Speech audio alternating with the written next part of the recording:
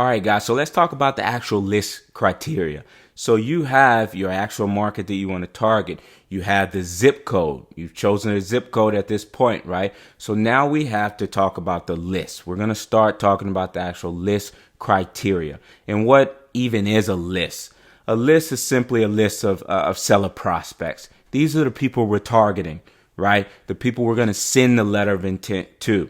And you go in, you enter your list criteria into the database. It spits out an Excel sheet. And on each line is the seller prospect, all the information you need, the property address, all that stuff. That's what I'm referring to when I say a list.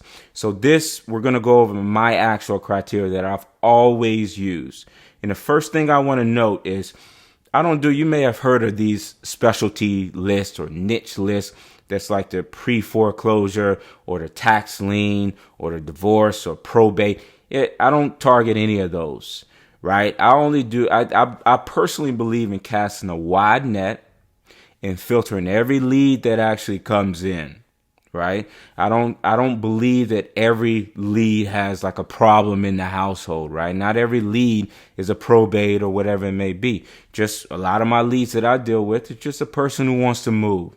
It's time for them to move. They want to downsize, whatever it may be. There's not an issue in the home. So I don't specifically like targeting those small niche lists. And on top of that, those niche lists are very small. So we all have access to those niche lists, and you got thousands of people targeting these small lists. So it's saturated, right?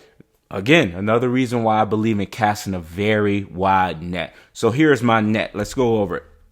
I already talked about county. We got our county already chosen, and we have our zip code at this point, correct? So the next one is the property type. SFR stands for single family residential. That's a single family home. We're not targeting, multifamily or any of that stuff, even though you can, but right now we're only targeting single family homes. The year built. I always like properties built before 1980. Those are kind of those properties that flippers are targeting.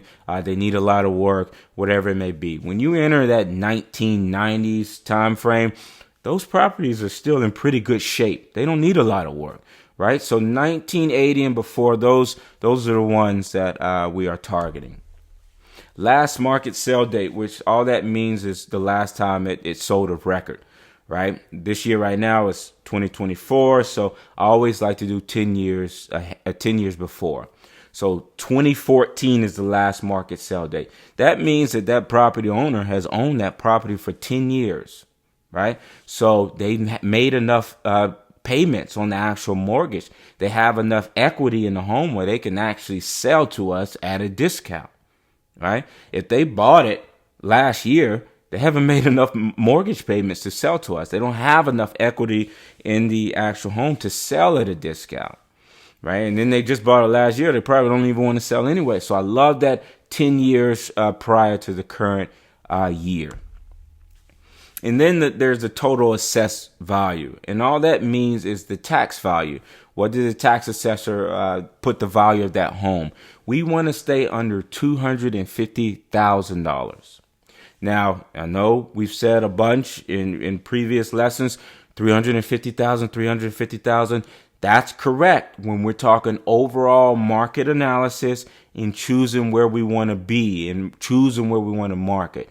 When we've chosen that market and it's time to create the list, we want to scrub the bottom portion of that list. So we want to scrub that 250 and below portion of the list. Those will be more likely distressed homes, right? You don't want to scrub $350,000, $400,000, $600,000 assessed value. I mean, those are extremely valuable homes, less likely to be in a distressed situation or looking to sell and all that good stuff. So we want to scrub the bottom portion of the actual list. So 250 and below. And last is corporate owned property. We have zero preference. We don't care if it's corporate owned, meaning if it's owned in an LLC, right? Or any entity, because a lot of flippers, a lot of landlords, tired landlords, they own in LLCs as well. So we want to include all that into our data, right? LLCs as well. So that's it, guys. That's the entire criteria. No matter what market I go to, This is my criteria. This is my large net that I can cast, and I can work every lead that comes in. So in the next chapter, we'll talk about actually building this list. We have the criteria now. Let's talk about actually building the list. I'll see you guys there.